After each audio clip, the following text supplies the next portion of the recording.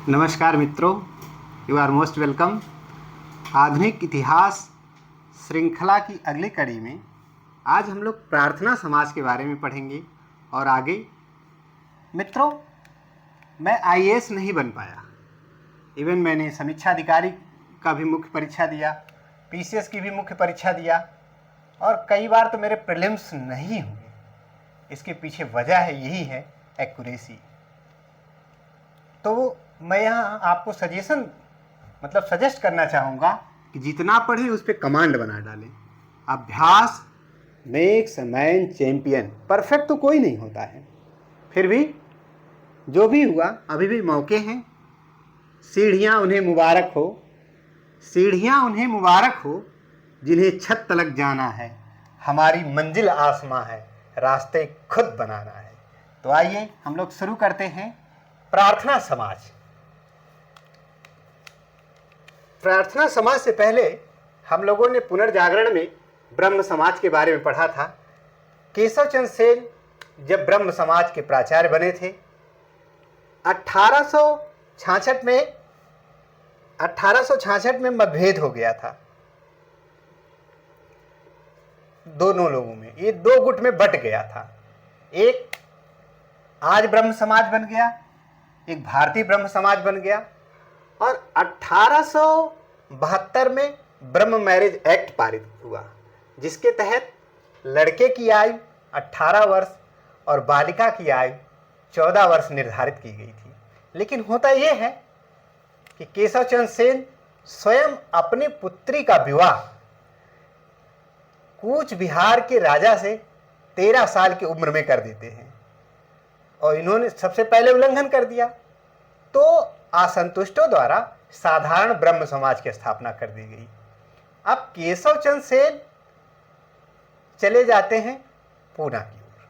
पूना नहीं बल्कि ये महाराष्ट्र की तरफ कहें, बंबई में मुख्य बात। वहां पर पहले ब्रह्म समाज की कई शाखाएं, छोटी छोटी शाखाएं हुआ करती थी, कई गुप्त शाखाएं चलती थी। और जैसे उसी में एक थी ब्रह्म सभा। 1849 में ब्रह्म सभा चलती थी और ये ब्रह्म सभा वास्तव में ये ब्रह्म समाज का ही एक शाखा थी।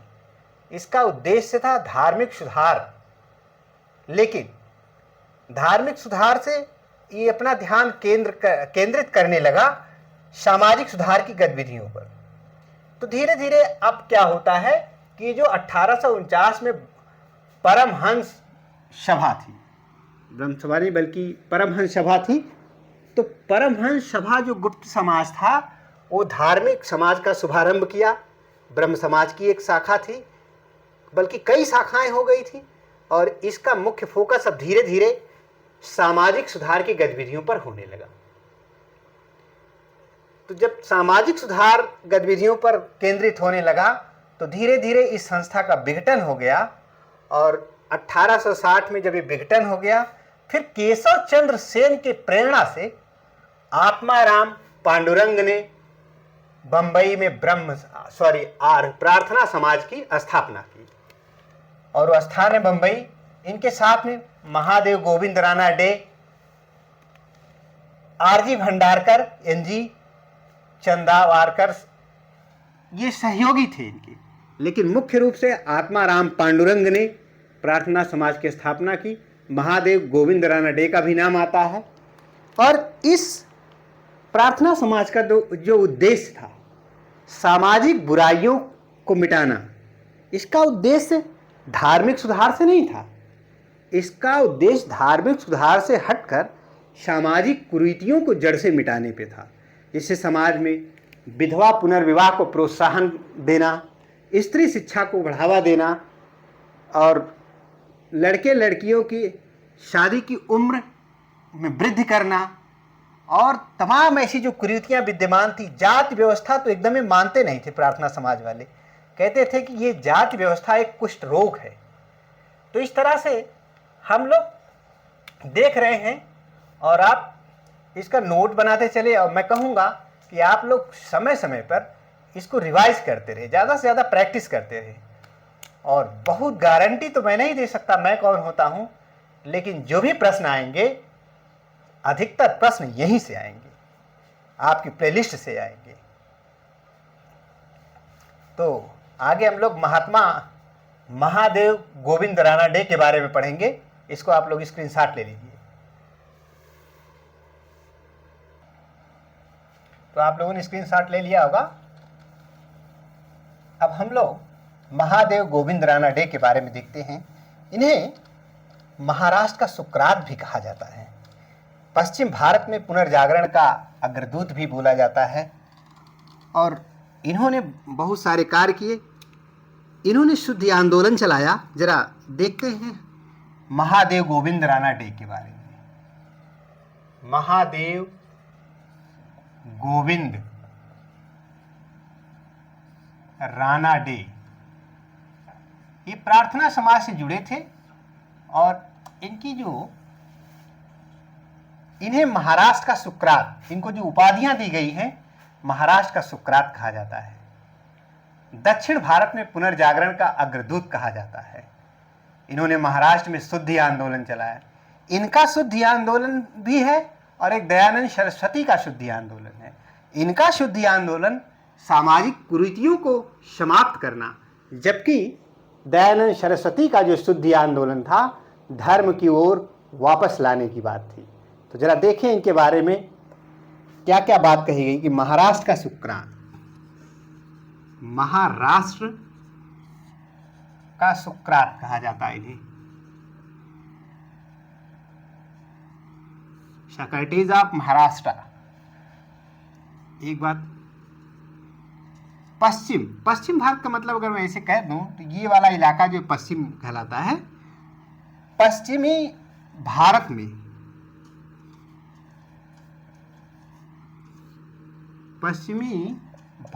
में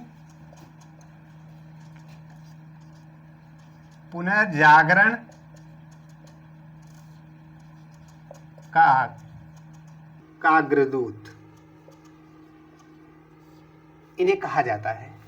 आखिर क्यों कहा जाता है? इन्होंने कुछ ऐसे कार्य किए होंगे। तो इन्होंने 1861 में कुछ कार्य इनके लिखते हैं। देखिए कौन कौन से कार्य इन्होंने किए, बड़े कार्य इंपॉर्टेंट हैं। पहला कार्य इन्होंने क्या किया कि 1861 ईस्वी में 1861 में विधवा विवाह संघ की स्थापना की। विधवा विवाह संघ,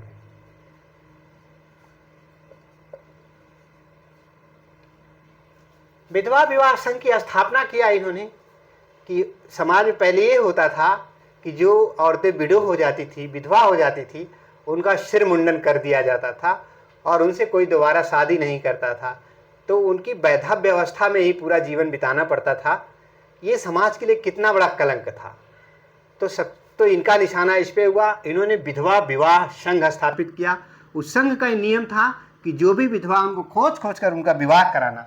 इतना तो ये सामाजिक कुरीति को समाप्त करने के लिए एक संघ को इन्होंने स्थापित किया। अगर ये मैं इसको एक बात कहूँ तो अगर दूसरी बात इनकी अगर है, इन्होंने जो दूसरा काम किया 1867 में विधवा आश्रम संघ, 1867 में विधवा आश्रम संघ। जरा देखें 1861 में विधवा विवाह संघ जो कि विधवा का पुनर्विवाह कराए, और जो विधवा 1867 में जो विधवा आश्रम संघ इन्होंने कहा कि ऐसी विधवाएं जिनका विवाह नहीं हो पाता उनके लिए आश्रम खोले गए। ये महादेव गोविंद राणा डे की देन थी। इन्होंने ये कार्य किया और 1870 की बात है कि पूना में सार्वजनिक सभा की स्थापना की। सन 1870 में पूना सार्वजनिक सभा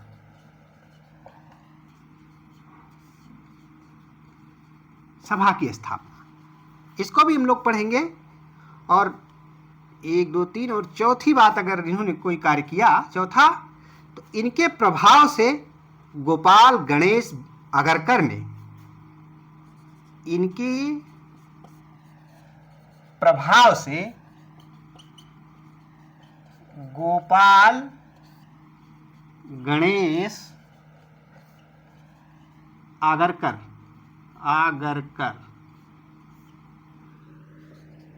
ये नाम याद रखना है, ने दक्कन एजुकेशन सोसाइटी की स्थापना की। दक्कन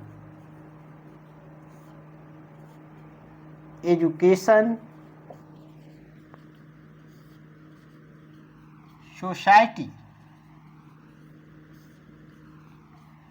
की स्थापना की। तो ये बात यहाँ सवाल ये बनता है कि दक्कन एजुकेशन सोसाइटी की स्थापना किसने की? तो किया था गोपाल गणेश आगरकर ने, लेकिन महादेव गोविंद रानाडे के प्रेरणा से, इनके कहने पर। तो इस प्रकार से इनके कार्य, और इन्होंने एक कार्य और किया, शुद्धि आंदोलन। शुद्धि आंदोलन महाराष्ट्र में चलाया, यहां लिख दे शुद्धि आंदोलन। और मुझे लगता है ये वाला आंदोलन आज भी होना जरूरी है। और कहाँ पे चलाया? ये चलाया था इसको महाराष्ट्र में। जब कोई आंदोलन चलाया जाता है, कोई कार्य किया जाता है, उसका कोई न कोई उद्देश्य होता है। इनके शुद्धि आंदोलन का जो उद्देश्य था, विवाहों में अपव्यय को रोकना। विवाहों में अपव्यय को रोकना।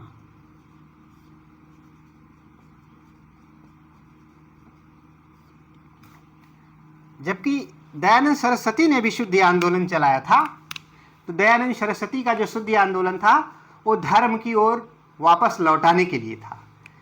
इनके हिसाब से कि विवाहों में जो अपव्यय होता है, अनावश्यक व्यय किया जाता है, वो व्यय ना किया जाए तो गरीबी हद तक नियंत्रित हो, जिससे गरीब बाप भी अपनी बेटी का विवाह कर सके, देखी देखा। लेकिन आज क्या होता है?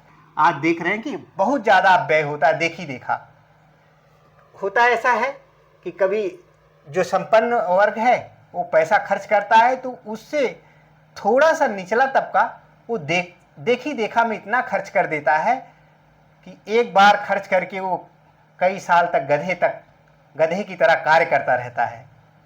तो कृपया इतिहास में ये बात सिखाता है। तो हमने महादेव गोविंद रानाडे के बारे में देख लिया। तो इन्हें महाराष्ट्र का सुकरात, पश्चिम भारत में पुनर्जागरण का अग्रदूत कहा जाता है। इन्होंने 1861 में विधवा विवाह संघ की स्थापना की, 1867 में विधवा आश्रम संघ, 1870 में पूना सार्वजनिक सभा। इनका भी अध्ययन हम डिटेल आगे करेंगे, लेकिन यहाँ पे इतनी बात याद रखना है कि पूना सार्वजनिक सभा की स्थापना किसने की? तो एमजी रानाडे ने। और साथ में इन्हीं की प्रेरणा से गोपाल गणेश आगरकर ने दक्कन का मतलब होता है दक्षिण, दक्षिण शब्द मतलब दक्षिणी, तो उसी से बना है दक्कन एजुकेशन सोसाइटी। और शुद्धि आंदोलन चलाया, विवाहों में जो अपव्यय होता था। तो आप लोग इसका स्क्रीनशॉट ले लीजिए, फिर आगे चलते हैं।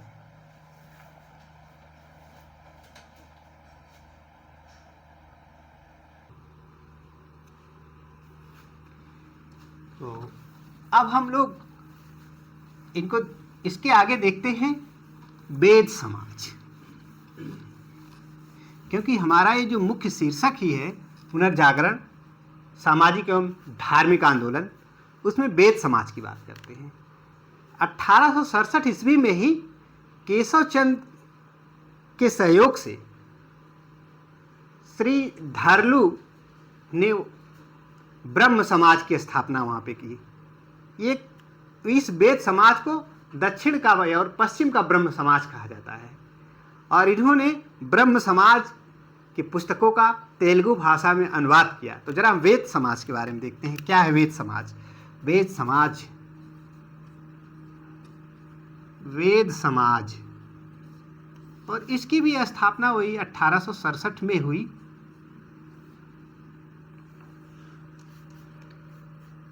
कि संस्थापक इसके जो रहे हैं, संस्थापक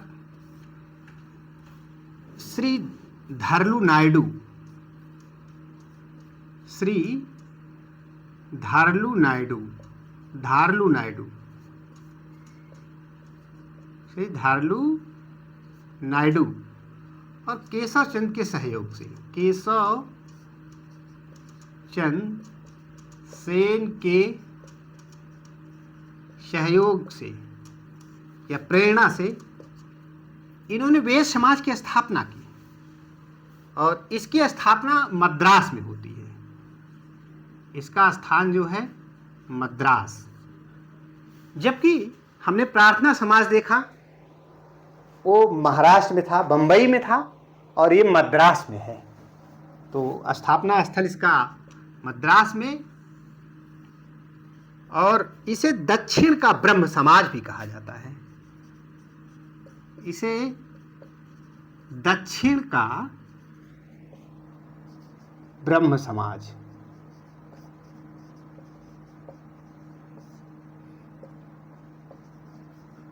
यहां से मिलती, दक्षिण का ब्रह्म समाज भी कहा जाता है। श्री धारलू ने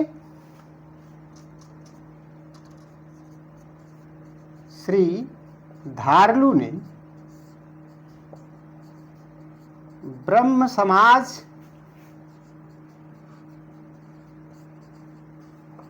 की पुस्तकों का अनुवाद तेलुगु भाषा में की।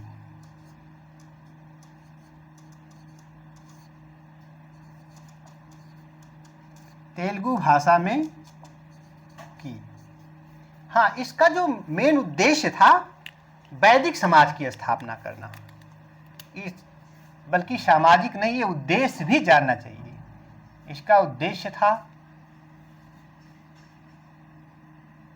इसका उद्देश्य वैदिक समाज की स्थापना करना।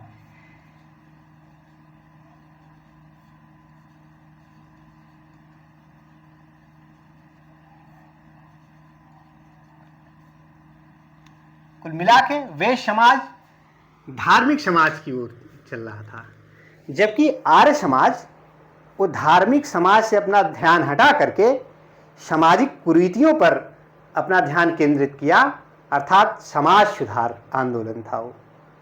और आर्य समाज बंबई में था, बंबई से पूरे महाराष्ट्र में फैला, और वैश्य समाज मद्रास की तरफ गया। नोट कर लीजिए इसे।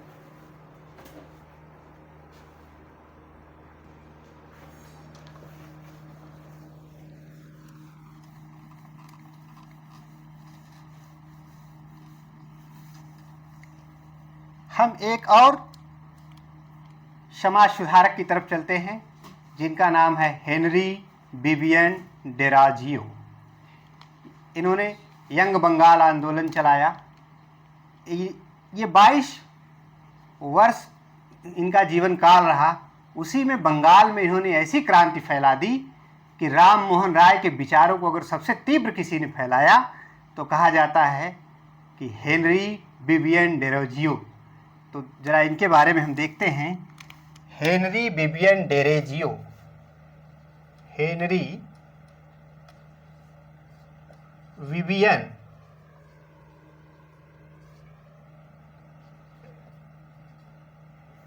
डेरोजियो या डेरेजियो इनका नाम था, और 1809 में इन्होंने जन्म लिया और 1831 में का देहांत हो गया। मतलब इनका जीवन काल अगर कहें बहुत कम जीवन काल था, मात्र 22 वर्ष। सोच के देखिए कि इस समय इन्होंने क्या किया। हेनरी विवियन डेरोजियो ये पुर्तगाली पिता और भारतीय माता की संतान थे। ये आंग्ल भारतीय कहे जाते थे, और 1817 में राजा राम मोहन राय द्वारा कलकत्ता में स्थापित हिंदू कॉलेज में ये इतिहास के प्राध्यापक पद पर भी रहे। इतिहास, और वहाँ पे रह करके इन्होंने ये संगठन बनाया विद्यार्थियों का, डिबेट क्लब बनाया। कहा कि डिबेट होना चाहिए, मुद्दों पर अगर आप डिबेट करेंगे तभी जान पाएंगे, बातों पर चर्चा होनी चाहिए। इन्होंने कई पत्र निकाले, पत्र पत्रिकाएं संपादित की। इसके बाद जब 1826 से लेकर 31 तक ये प्राध्यापक रहे हिंदू कॉलेज में, तो इनके विचार इतनी तीव्र गति से प्रसारित होने लगे, तो एक हिंदू संगठन जो कट्टर यानी घोर कट्टरवादी संगठन था हिंदू, इनसे नाराज होने लगा, और जिसकी वजह से 1831 में इनको त्यागपत्र देना पड़ा, और उसी वर्ष इनका देहांत भी हो जाता है। जरा इनके बारे में कुछ खास बातों को लिख लेते हैं। इन्हें यंग बंगाल, यंग मतलब तरुण, यूथ, यंग बंगाल का आयोजन, यंग बंगाल या जिसे तरुण बंगाल भी कहा जाता है, तरुण बंगाल का जनक कहा जाता है। युवाओं में क्रांति फैला दिए थे, और कलकत्ता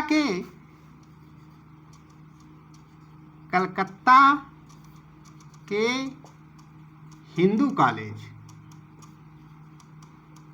ये वही हिंदू कॉलेज जो राजा राम मोहन राय द्वारा 1817 में स्थापित था। हिंदू कॉलेज में इतिहास के व्याख्याता थे, इतिहास के प्राध्यापक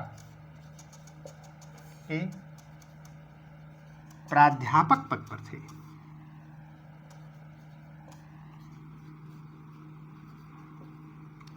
और जब ये वहाँ पे थे, और ये कुल मिला, और ये इनके जो पिता थे, पिता जब देखिए पुर्तगाली भारत में आए तो उन्होंने क्या किया, भारतीय संस्कृति को पुर्तगाली संस्कृति से मिलाने के लिए अधिक से अधिक पुर्तगालियों को भारतीय महिलाओं से विवाह करने के लिए प्रेरित किया। उसी में इनकी माता जो थी, इनकी माता भारतीय तथा पिता पुर्तगाली थे।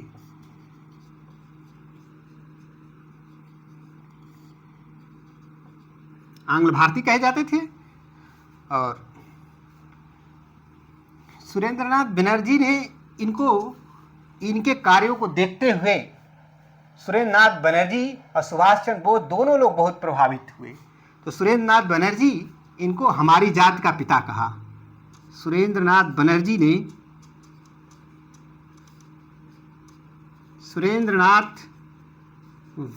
ने इन्हें हमारी जात का पिता कहा कि हमारी जात के पिता हैं, इन्होंने ही तो आंदोलन और साथ में कहा आधुनिक भारत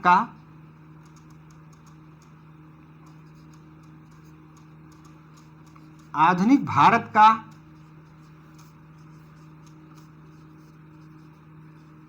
प्रथम राष्ट्रवादी कवि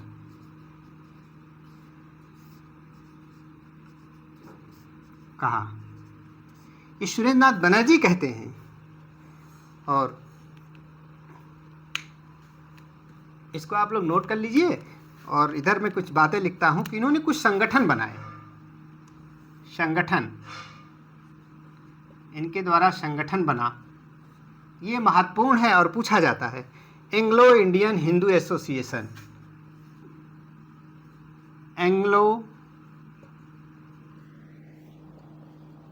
इंडियन हिंदू एसोसिएशन,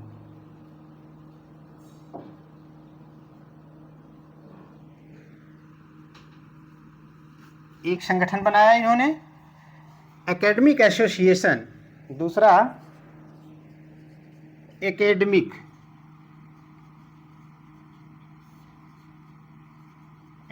एसोसिएशन की स्थापना की। बंगहित सभा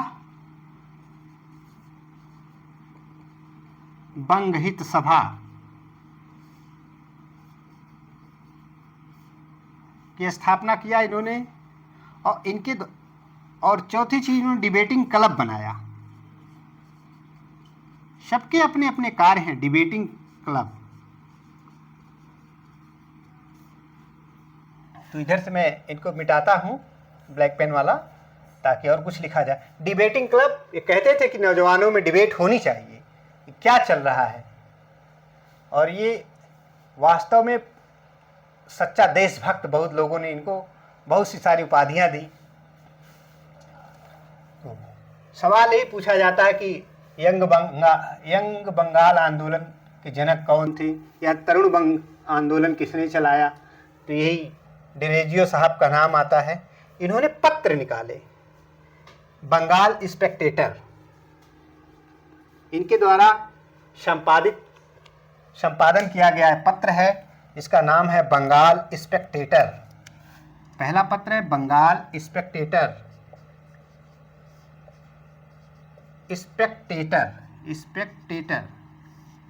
एक पत्र निकाला इन्होंने। इनका ये मुख्य पत्र है, मेन पत्र इनका यही था। दूसरा पत्र भी इन्होंने निकाला, हेस्पेरस।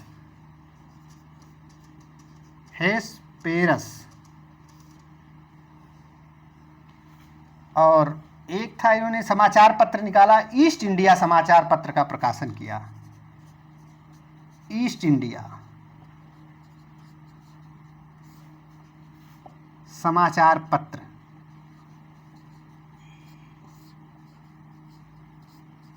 का प्रकाशन किया।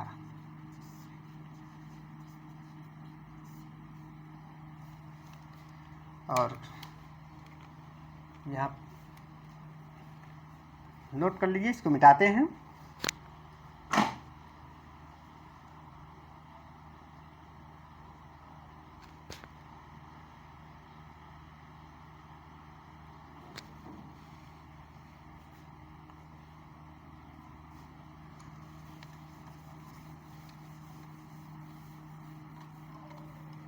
और इन्होंने एक और संगठन बनाया। एक चीज इन्होंने स्थापना की, society for the acquisition. Society for the acquisition. ये एक्विजिशन मतलब ग्रहण करना, acquisition, society for the acquisition of general knowledge.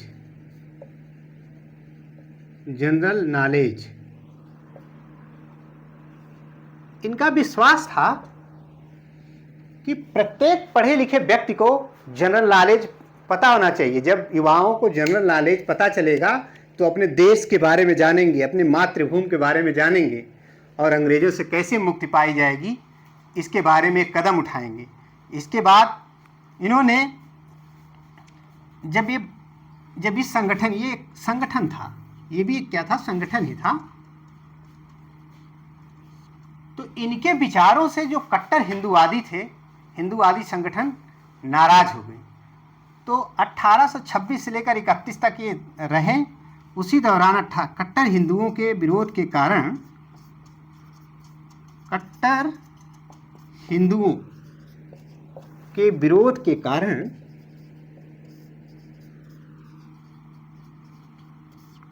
1831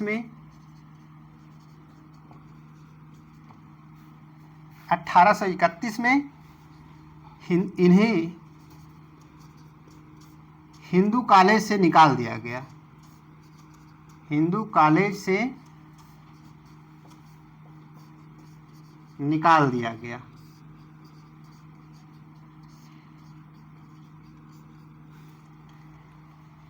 मतलब जब कट्टर हिंदुओं से मतभेद हुआ तो इन्हें हिंदू कॉलेज से निकाल दिया गया। और क्योंकि ये कहते थे कि जो रूढ़ियाँ हैं उनको ख़त्म करने की ज़रूरत है। ये हर भाषा पे ध्यान, विज्ञान की तरफ ध्यान देते थे। इतिहास के तो व्याख्याता थे ही, प्राध्यापक थे ही, अन्य विषयों पर भी इनकी पकड़ थी। इनका जो ये था कि society for the acquisition of general knowledge, कि हमें हर विषय पता होनी चाहिए, भारत के बारे में सामान्य जानकारी होनी चाहिए, और देखते हैं कि अंग्रेजों की नीति क्या क्या है। इस हिसाब से इन्हें निकाल दिया गया। तो देखा कितनी कम उम्र में इनका निधन हो गया, और जब तक थे तो पूरा बंगाल में क्रांति आ गई थी। कहा जाता था कि अगर ऐसे 10 लोग हो जाएं तो पूरे भारत में क्रांति आ जाती। ये इन्हें इसीलिए सुरेंद्र नाथ बनर्जी ने अपनी जाति का आधुनिक पिता कहा, भारत का प्रथम आधुनिक कवि कहा। इनके शब्दों को कोट भी किया गया जगह जगह, परंतु समय की बाध्यता के अनुसार इन्हें अभी ज़्यादा यहाँ बताना आवश्यक भी नहीं है। इन फैक्ट को देखते हुए अब हम लोग चलेंगे एक और समाज की तरफ। अब हम दयानंद सरस्वती के बारे में पढ़ेंगे। हमने प्रार्थना समाज जिस तरह से पढ़ा, अब हमें आर्य समाज के बारे में पढ़ना होगा। तो दयानंद सरस्वती के बारे में ये होता है कि देखिए, विवेकानंद और दयानंद सरस्वती, यद्यप दयानंद सरस्वती का जो उद्देश्य था वेदों की ओर वापस लौटो, इन्होंने सत्यार्थ प्रकाश आदि की रचना की। अभी प्रयागराज के नागवासुकी मंदिर में भी इनका शिलापट लगा हुआ कि यहाँ भी आए हुए थे। एक गुरु के कहने पर देश विदेश में पूरा भ्रमण किए, पूरे देश में भ्रमण किए, और जबकि ये तीर्थ यात्रा में इनका विश्वास नहीं था। स्वामी दयानंद सरस्वती यज्ञ में विश्वास करते थे, यज्ञ को विज्ञान से जोड़ते थे। कहते थे यज्ञ से वायु शुद्ध होती, वातावरण शुद्ध होता है। जबकि इन्होंने पाखंड का खंडन किया। आगरा में इन्होंने पाखंड खंडनी पताका फहराई, पाखंड खंडन नामक पत्रिका भी निकाला। योग वशिष्ठ, सत्यार्थ प्रकाश जैसी रचनाएं, आज बातों पर हम लोग चर्चा करते हैं।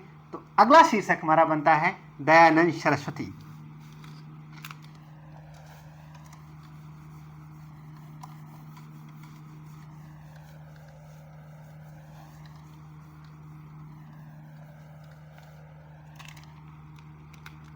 दयानंद सरस्वती, दयानंद सरस्वती, ये 12 फरवरी 1824, 12 फरवरी 1824 से लेकर के इनका जो जीवन काल रहा है 30 अक्टूबर 83, 30 अक्टूबर 1883। यद्यप ये एग्ज़ाम में इस तरह की बातें तो नहीं पूछी जाती हैं, फिर भी फैक्ट के रूप में यार लिख लें तो कोई बहुत वो नहीं है। इनका जो जन्म हुआ था गुजरात के मोरवी पराने के, मतलब मोरवी एक परगना है, उसमें टंकारा गांव है। इनका लिख लें अगर जन्म, गुजरात के मोरवी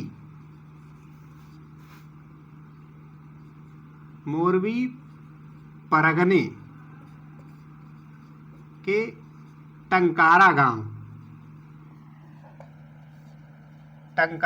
में हुआ था। टंकारा गांव में हुआ था, और परंतु इनकी मृत्यु जो होती है अजमेर में होती है। इसके पीछे भी बड़ी कहानी है, आगे हम लोग बताएंगे कि मृत्यु क्यों हुई, कैसे हुई।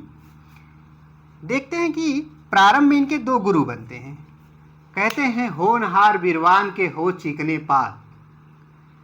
जो भी बिरवा, जो भी वृक्ष बढ़ना होता है उसको लक्षण शुरू से ही दिख जाते हैं। पूत के पाँव पालने में दिख जाते हैं। तो कुछ इस तरह की बातें थी इनके अंदर। शुरू से इधर वेदों की ओर धार्मिक रुझाव ज़्यादा था। इन्होंने भी शुद्धि आंदोलन चलाया। इनके शुद्धि आंदोलन और प्रार्थना समाज के शुद्धि आंदोलन में मैंने अंतर बताया कि जो महादेव गोविंद रानडे का शुद्धि आंदोलन था, विवाहों में अपव्यय को रोकना था, लेकिन स्वामी दयानंद सरस्वती के द्वारा जो चलाया गया शुद्धि आंदोलन है वो धर्म में पुनर्वापसी की बात, जो लोग विधर्मित हो गए थे उनको अपने धर्म में वापस लाने की बात थी, इनकी वकालत थी। तो इनके गुरु की बात कर लेते हैं। इनके गुरु कौन थे? इनके दो गुरु। पहले प्रारंभ में इनके गुरु थे, प्रथम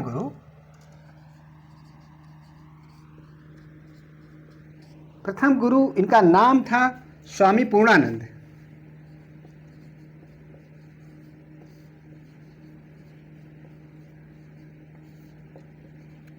स्वामी पूर्णानंद। और जो इनके दूसरे गुरु थे दंडी स्वामी बिरजानंद।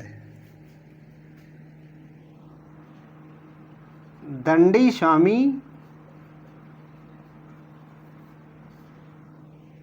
बिरजानंद, ये मथुरा में मिले इनसे और ये गुजरात में ही मिल गए थे प्रथम गुरु। तो इनका पहले इनका नाम जो था जन्म से प्रारंभिक नाम स्वामी दयानंद सरस्वती बाद में पड़ा। मैं थोड़ा स्वामी शब्द यहाँ लिख दूं। स्वामी दयानंद सरस्वती नाम तो बाद में पड़ा। इनका प्रारंभिक नाम मूल शंकर था। मूल शंकर। दयानंद सरस्वती का मूल नाम मूल शंकर था। तो इनके जो प्रथम गुरु स्वामी पूर्णानंद थे, इनका नाम बदलकर मूल शंकर से इन्होंने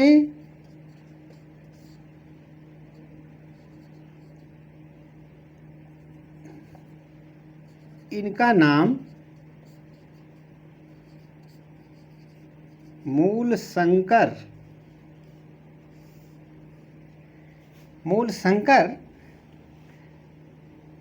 से बदलकर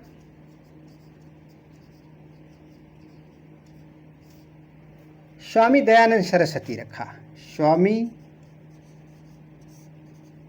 दयानंद सरस्वती रखा।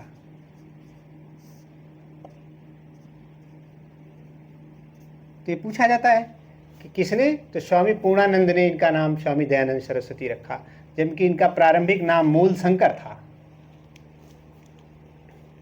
अच्छा, अब होता यह है कि इन्होंने जो दूसरे गुरु थे, इनको मैं कहूँ कि द्वितीय गुरु दंडी स्वामी बिरजानंद से वेदों की शिक्षा प्राप्त की।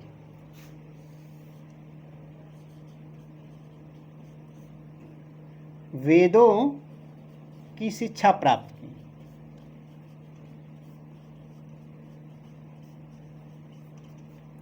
अब होता यह है कि ये तो चले गए थे आश्रम में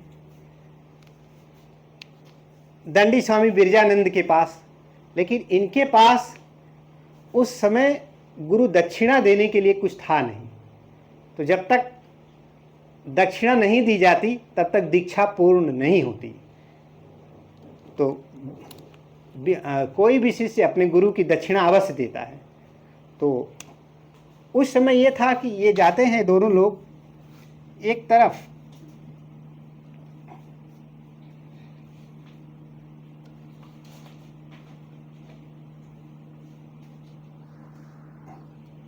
और एक थाली लवंग का लेते हैं और इधर से इनके गुरु आते हैं। इनके गुरु जी हाथ बढ़ा के लेते हैं दक्षिणा।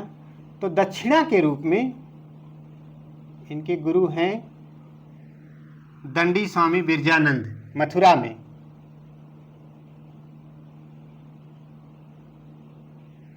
तो लवंग भरी थाल,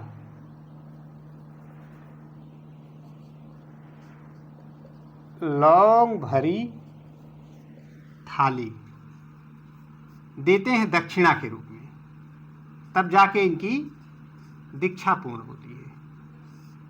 दक्षिणा के रूप में लौंग भरी थाली देते हैं। तो दंडी स्वामी बिरजानंद ने जब इनकी वेदों की शिक्षा पूर्ण हो गई, जब ये वेदाचार बन गए, स्वामी दयानंद सरस्वती, तब इनको दीक्षा पूर्ण होते समय इन्होंने दक्षिणा के रूप में एक थाली लौंग भेंट की। इनके उपदेशों की जो भाषा थी, शुरू में इनके जो उपदेशों की भाषा संस्कृत में थी, लेकिन केशव चंद्र सेन के कहने पर हिंदी में भी इन्होंने आरंभ किया। तो उपदेशों की भाषा, जो वेद में उपदेश देते थे, उपदेशों की भाषा आरंभ में संस्कृत थी। यानी स्वामी दयानंद सरस्वती जो शुरुआत में अपने उपदेश दिया करते थे, संस्कृत भाषा में देते थे। तो संस्कृत सभी लोग नहीं जान पाते थे। आमजन की भाषा बनाने के लिए तो केशव चंद्र सेन के कहने पर हिंदी में भी उपदेश देना शुरू किया। केशव चंद्र सेन के कहने पर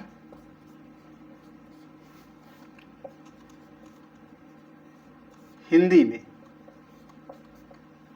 में भी दिया। अब इन्होंने क्या किया, अभी स्वामी दयानंद सरस्वती आर्य समाज की स्थापना करते हैं।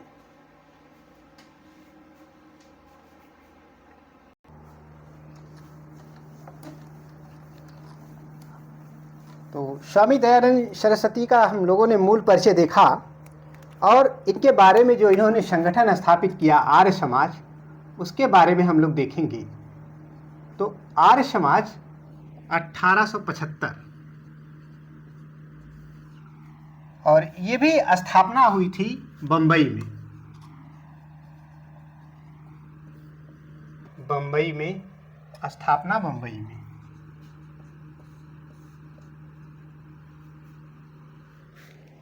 होता ही है कि 1863 में दंडी स्वामी बिरजानंद, यानी इनके दूसरे गुरु, जो इनको वेदों की शिक्षा दिए थे, इनको कहा कि अब पूरे देश में भ्रमण करो। तो इनके कहने पर ये पूरे देश में भ्रमण करते हैं और आगरा में पहुंचते हैं। 1863 ईस्वी में पाखंड खंडनी पताका फहराते हैं। अजमेर में वैदिक मंत्रालय की स्थापना करते हैं। फिर जाते हैं उदयपुर में परोपकारिणी सभा की स्थापना करते हैं। इस तरह से इनके जो सिद्धांत थे, आगे चल करके इन्होंने 75 में यहाँ हुआ, तो 2 साल बाद लाहौर, यानी पंजाब के लाहौर में, पहले जब संयुक्त भारत हुआ करता था तो लाहौर इसी में आता था, लाहौर में एक केंद्र आर्य समाज स्थापित हुआ। तो सबसे ज़्यादा आर्य समाज फला फूला पंजाब में 1877 में। और जो आर्य समाज का उद्देश्य था, सिद्धांत था, इन्होंने कहा वेदों की ओर लौटो। वेद ज्ञान के अंतिम स्रोत हैं। वेद विद धातु से बना है, विद का अर्थ होता है ज्ञान। और इन्होंने शूद्रों को भी, महिलाओं को भी यज्ञोपवीत धारण करवाया, जनेऊ पहनाया, कहा कि सबका इसमें हक है।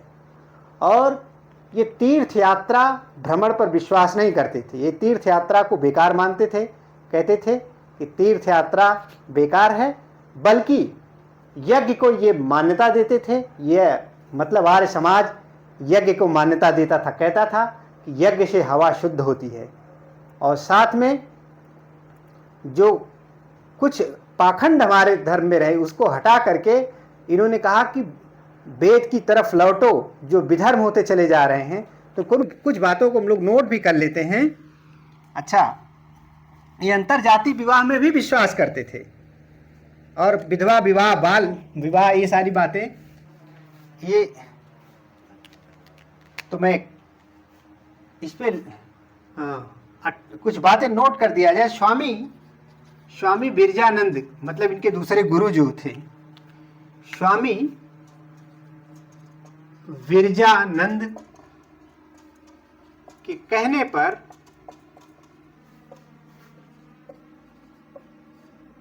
देश भ्रमण पर निकले।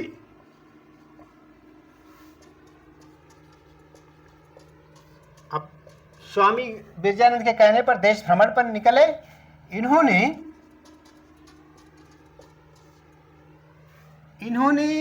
1863 में, आर्य समाज तो 75 में स्थापित होता है, लेकिन 1863 ईस्वी में ही आगरा में, ये पूछा गया सवाल है, आगरा में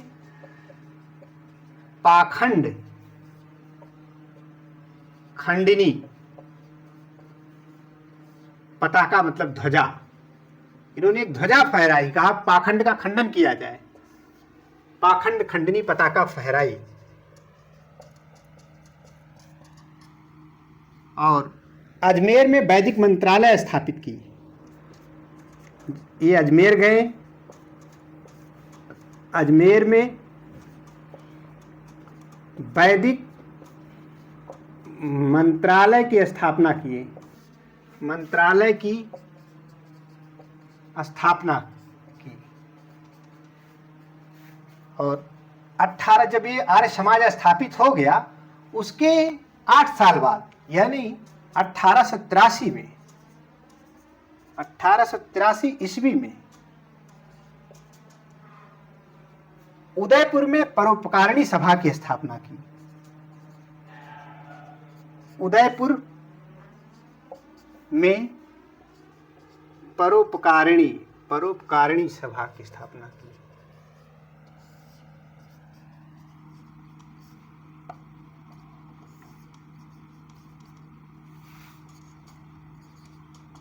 परोपकारिणी सभा की स्थापना की,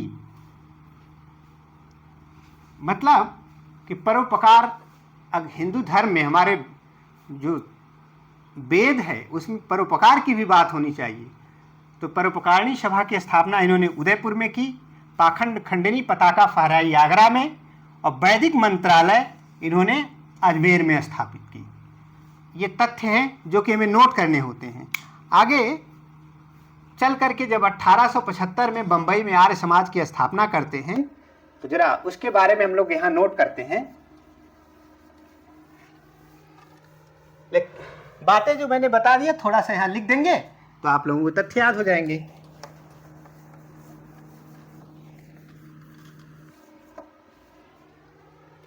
आर्य शब्द, आर्य का अर्थ होता है श्रेष्ठ, और कई बार इसका पर्यायवाची पूछा जाता है। आर्य का अर्थ है यहाँ श्रेष्ठ, मतलब श्रेष्ठ समाज, इनके कहने का मतलब था। उत्तर भारत में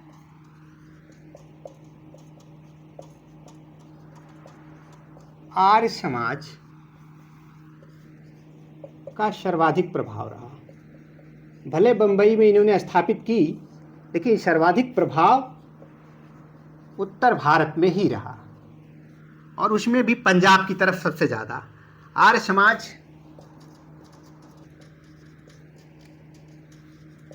समाज पंजाब प्रांत में ये नोट करने की बात है, पंजाब प्रांत में सर्वाधिक सफल रहा।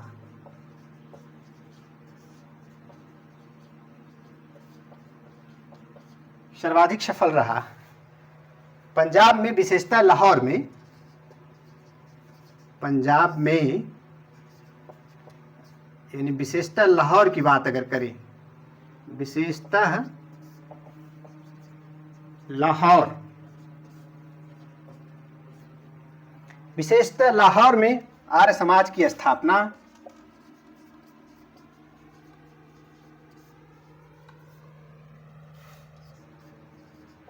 आर्य समाज की स्थापना 1877 ईस्वी में हुई।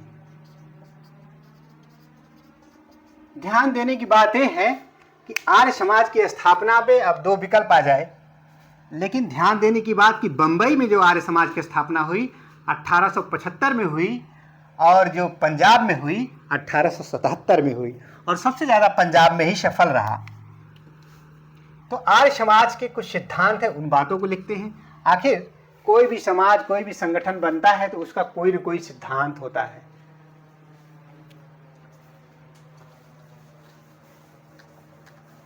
आर्य समाज के सिद्धांत,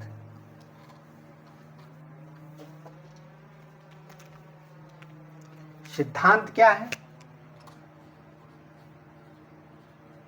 इन बातों को हम ध्यान से देखेंगे। जब एमसीक्यू टाइप के प्रश्न बनते हैं, आर्य समाज के सिद्धांत, मूर्ति पूजा में विश्वास नहीं। पहली बात कि मूर्ति पूजा के विरोधी थे,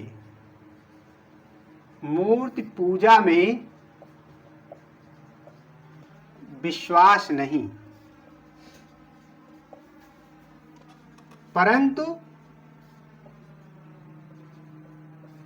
यज्ञ में विश्वास करते थे। इनके मतावलंबी या इनके अनुयायी जो इनके फॉलोअर्स थे, वो मूर्ति पूजा में विश्वास नहीं करते थे। कहते ईश्वर मूर्ति, ईश्वर तो निराकार ब्रह्म है, उसको साकार कैसे मान ले रहे हैं। मूर्ति पूजा को ये नहीं मानते थे। यद्यपि वही विवेकानंद साकार ब्रह्म के उपासक और मूर्ति पूजा में आस्था रखते हैं, और स्वामी दयानंद सरस्वती नहीं रखते हैं। और यज्ञ में इसलिए कहते हैं यज्ञों के द्वारा वायु शुद्ध होती है। यज्ञ को स्वामी दयानंद सरस्वती ने, यज्ञ को स्वामी दयानंद सरस्वती ने विज्ञान से जोड़ा, विज्ञान से जोड़ा और कहा कि यज्ञ से निकली सुगंध, यज्ञ से निकली सुगंध वातावरण को शुद्ध करती है।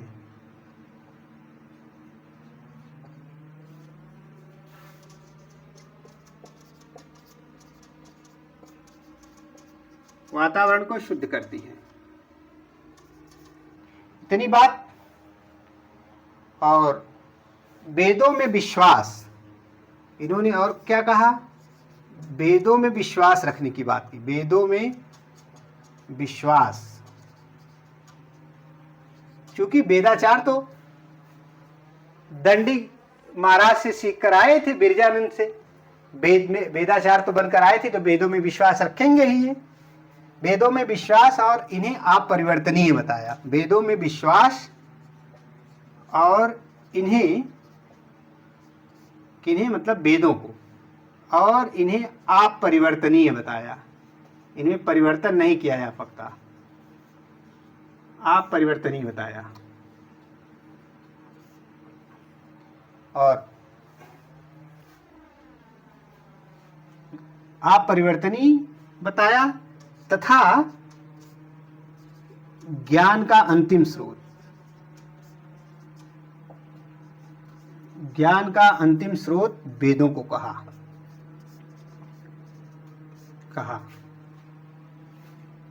वेद जो होता है संस्कृत के विद धातु से बनता है। विद का अर्थ होता है ज्ञान।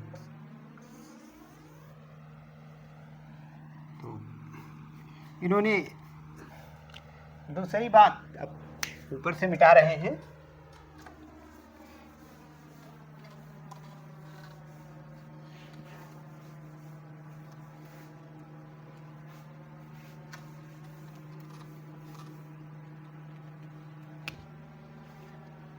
तीर्थ यात्रा को बकवास कहा। इन्होंने कहा तीर्थ यात्रा मतलब कुछ होता नहीं, तीर्थ यात्रा या धार्मिक यात्रा में विश्वास नहीं। तीर्थ यात्रा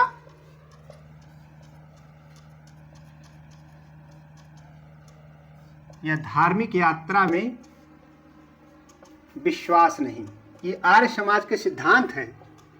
विश्वास नहीं, कहा तीर्थ यात्रा से कुछ नहीं होता है। और सभी को वेदों को, महिलाओं शूद्रों तथा सभी को यज्ञोपवीत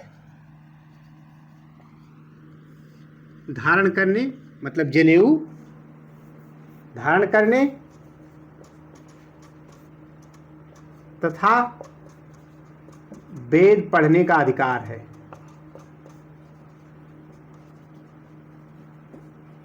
इनके हिसाब से सभी लोग वेद पढ़ सकते हैं, सभी लोग जनेऊ धारण कर सकते हैं। आर्य समाज का सिद्धांत है ये।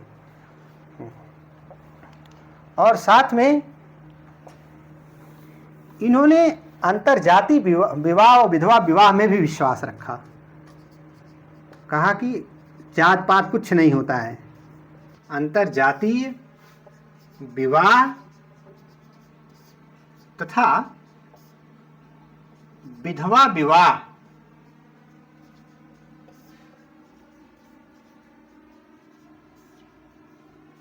में विश्वास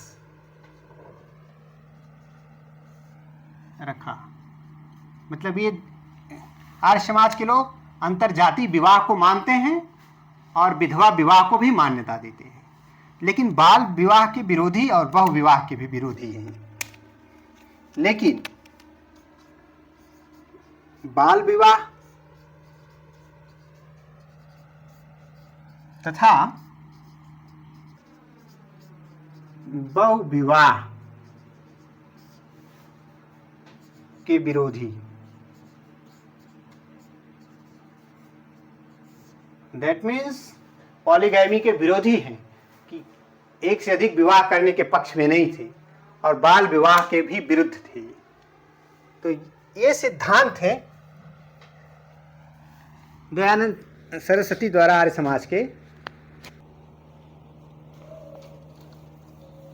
तो क्योंकि स्वामी दयानंद सरस्वती प्रारंभ में जो अपना उपदेश दिया करते थे वो संस्कृत भाषा में देते थे, लेकिन केशव चंद्र सेन के कहने पर हिंदी भाषा में देना शुरू किया। होता है कि सन 1874 की बात है, ये जाते हैं उदयपुर में। अब उदयपुर के महाराणा थे सज्जन सिंह। उदयपुर पैलेस में एक रचना करते हैं जिसका नाम है सत्यार्थ प्रकाश। तो प्रमुख रचनाएं की बात करें अगर, इनकी प्रमुख रचनाएं, यहां से सवाल डेट से और पूछे जाते हैं। तो पहला अगर मैं कहूं सत्यार्थ प्रकाश, सत्यार्थ प्रकाश, और ये हिंदी में है, ये हिंदी भाषा में है। ये रचना इनकी हिंदी भाषा में। होता क्या है कि 1874 में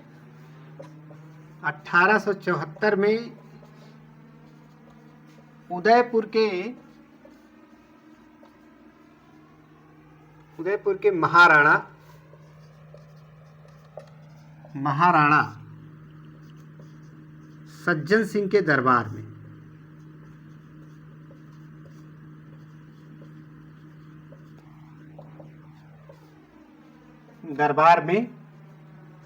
प्रथम बार गए।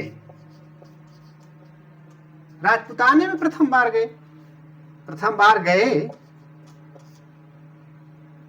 तो आज भी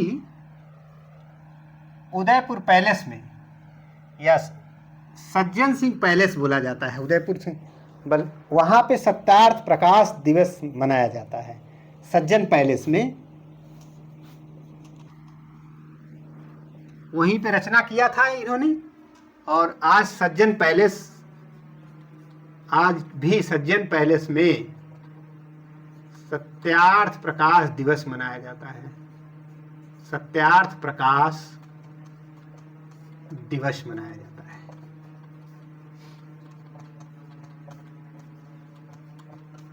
अब कैसे प्रश्न बनेगा कि कहाँ मनाया जाता है?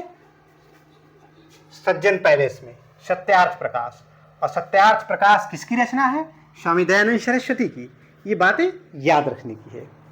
और इसके बाद इसमें जो सत्यार्थ प्रकाश है, इसमें कुल 14 शमुल्लास मतलब भाग हैं। कुल 14 शमुल्लास हैं। ये तथ्य बहुत ज़्यादा, मान लीजिए जो लोग सिविल सर्विसेज के एस्पिरेंट हैं वो तथ्य याद रखेंगे, बाकी लोगों को इसे याद रखने की जरूरत नहीं है। इसमें 14 शमुल्लास हैं। शमुल्लास का मतलब भाग अर्थात अध्याय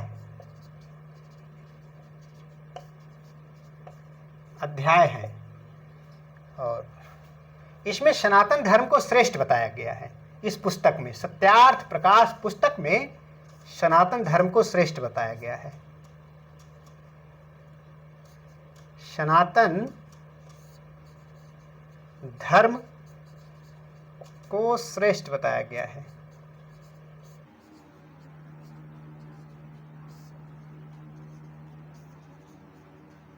सनातन धर्म को श्रेष्ठ बताया गया है और इसमें मूर्ति पूजा का विरोध किया गया है। यही अगर हिंदी भाषा में तो थी, इसमें मूर्ति पूजा का विरोध,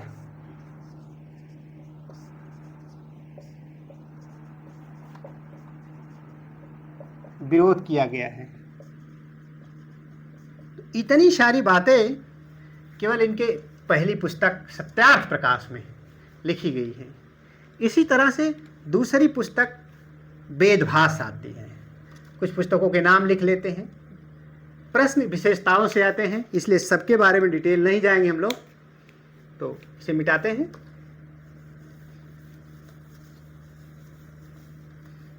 तो राजपूताने में प्रथम बार राजकीय अतिथि के रूप में करौली राज्य में गए थे महाराणा सज्जन सिंह व जोधपुर के महाराजा के पास, जसवंत सिंह के पास गए थे राजपूताने में।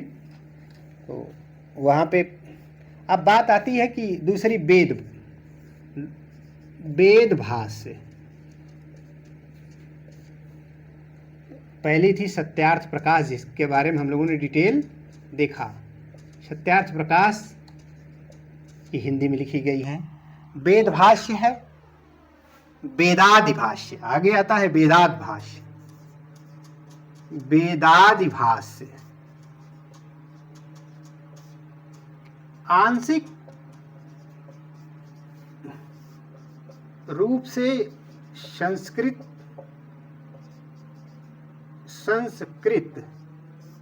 व हिंदी दोनों में, मतलब कुछ भाग इसके संस्कृत और हिंदी दोनों में लिखा गया, वो वेदादिभाष्य है। पाखंड खंडन पत्रिका, चौथी इनकी जो पत्रिका निकलती है, पाखंड खंडन पत्रिका।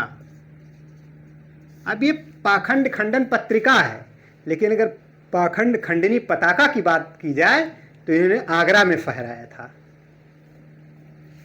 पांचवा अद्वैत मत खंडन,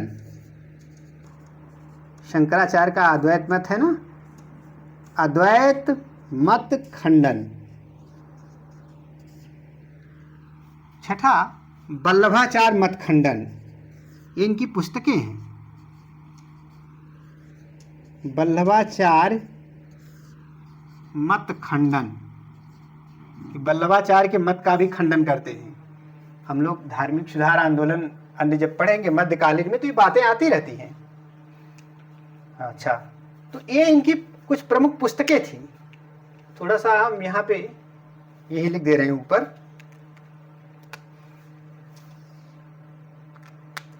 कि राजपूताने में प्रथम बार राजकीय अतिथि के रूप में, राजपूताने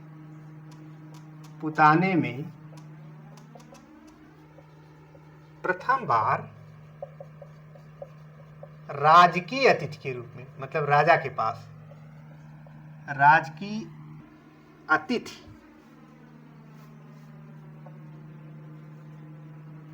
राजकीय अतिथि के रूप में राजस्थान में गिला पड़ता है करौली, जहां कैला देवी मंदिर है।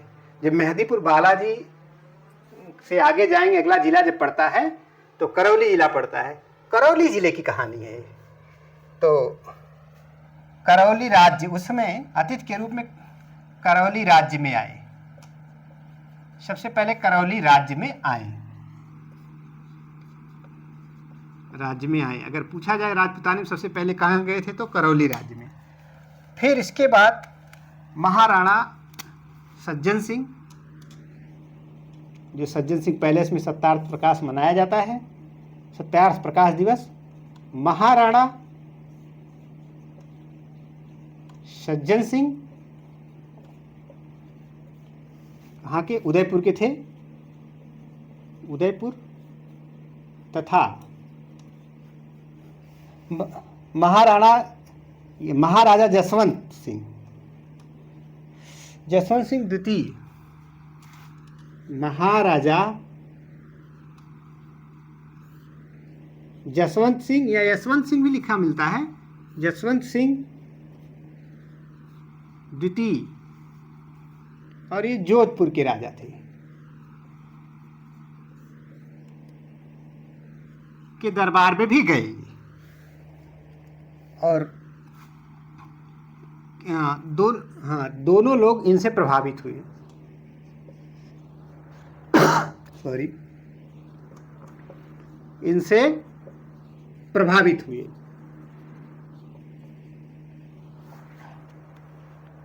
और इन्होंने एक कार्य और किया। स्वामी दयानंद सरस्वती ने गायों की रक्षा के लिए गौरक्षणी सभा की स्थापना की। गायों की रक्षा के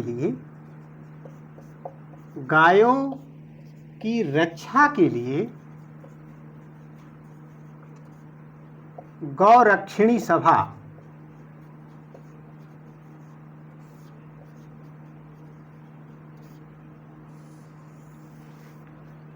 की स्थापना की।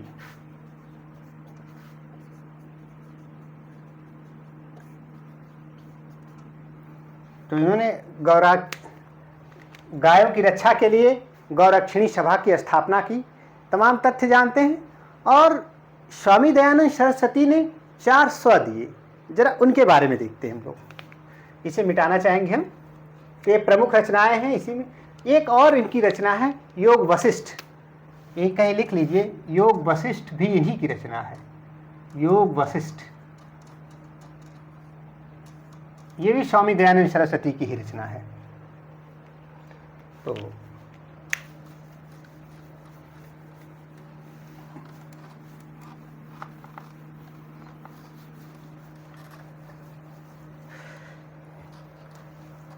दयानंद सरस्वती ने 4 स्व दिए।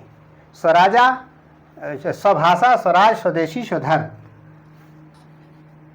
4 स्व दिए। 4 स्व दिए। किसने? दयानंद ने। दयानंद सरस्वती ने 4 स्व दिए। पहला स्व स्वराज, दूसरा स्व स्वभाषा, स्वराज स्वभाषा, तीसरा स्व स्वदेशी और चौथा स्व स्वधर्म। इस पर जोर दिया इन्होंने। अब सवाल पूछा जा चुका है, लोक सेवा आयोग ने सवाल पूछा है कि 4 स्व किसने दिए थे? तो स्वामी दयानंद सरस्वती ने दिए थे। और 4 स्व का क्या मतलब है? स्वराज, स्वभाषा, स्वदेशी, स्वधर्म। और इन्होंने, आज हम लोग जब किसी से मिलते हैं तो कहते हैं नमस्ते, गुड मॉर्निंग, विश करते हैं। तो नमस्ते नामक अभिवादन स्वामी दयानंद सरस्वती की ही देन है। तो जरा सा इस बात को यहाँ लिख दें कि नमस्ते नामक अभिवादन पद्धति का प्रचलन किया। नमस्ते नामक अभिवादन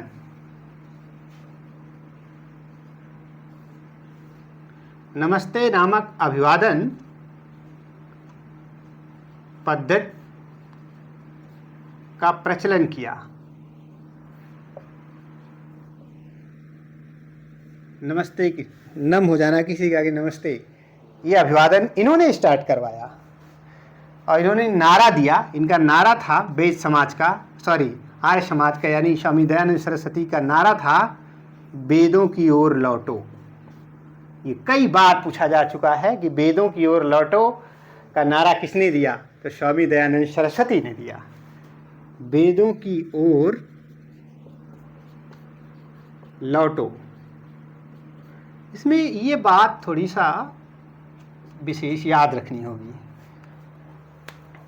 एनी बेसेंट के अनुसार दयानंद का हिंदुत्व एक सैनिक हिंदुत्व था। एनी बेसेंट टिप्पणी करती हैं, जो आयरिश महिला थी, एनी बेसेंट के अनुसार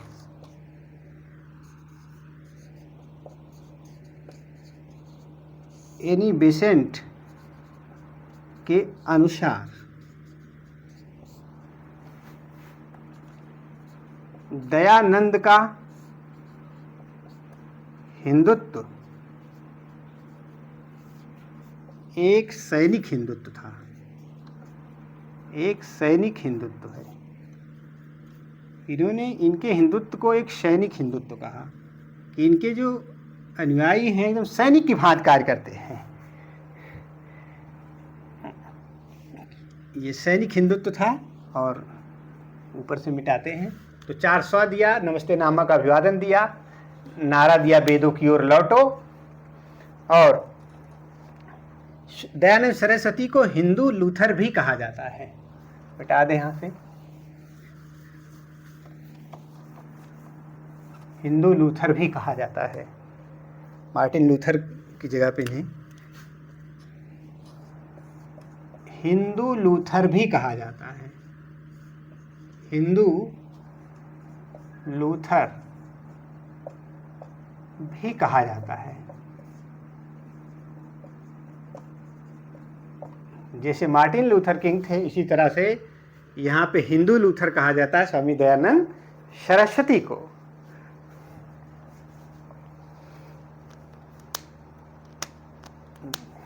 जब स्वामी दयानंद सरस्वती जोधपुर आए थे, शासक जसवंत सिंह द्वितीय थे, और जसवंत सिंह की जो पासवान थी नन्ही जान,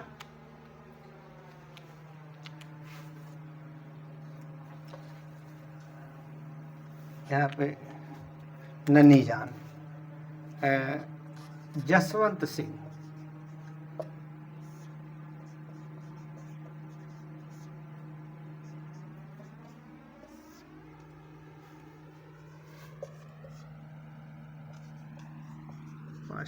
या मुस्लिम गणिका,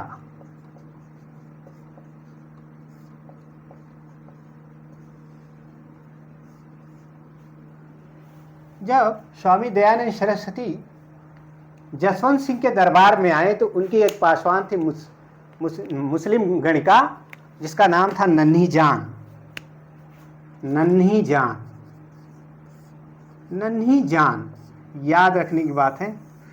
उन्हें स्लो पॉइजन दे दिया। भोजन में विष दिलवाए जाने से दयानंद सरस्वती की मृत्यु हो गई। देखिए, जहर तो इन्होंने जोधपुर में लिया था, जोधपुर के राजा थे। जोधपुर में जसवंत सिंह के दरबार में जब आए तो इनकी एक पासवान थी, भोजन वगैरह ले जाने के लिए मुस्लिम गणिका थी, जिसका नाम था नन्ही जान। तो भोजन में विष दिलवाए जाने से द्वारा भोजन में विष दिलवाए जाने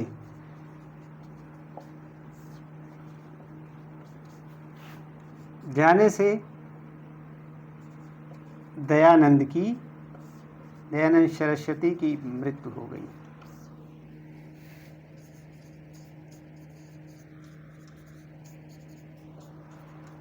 अच्छा, देखिए, भोजन इन्होंने किया जोधपुर में।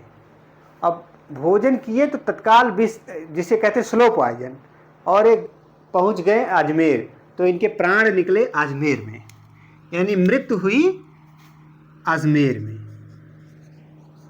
मैंने स्टार्ट में लिखा दिया था अजमेर में हुई।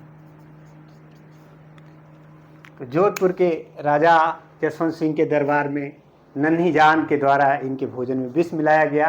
वो विष स्लो पॉइजन का काम किया। जब ये पहुँचते हैं अजमेर जाते जाते इनका देहावसान हो जाता है। इस तरह से धार्मिक समाज सुधार का एक प्रणेता दुनिया को अलविदा कहा। तो इस तरह से आज के लिए इतना ही, और हम लोग कल एक नए टॉपिक के साथ मिलते हैं। आपका समय शुभ हो, मस्त रहिए, व्यस्त रहिए।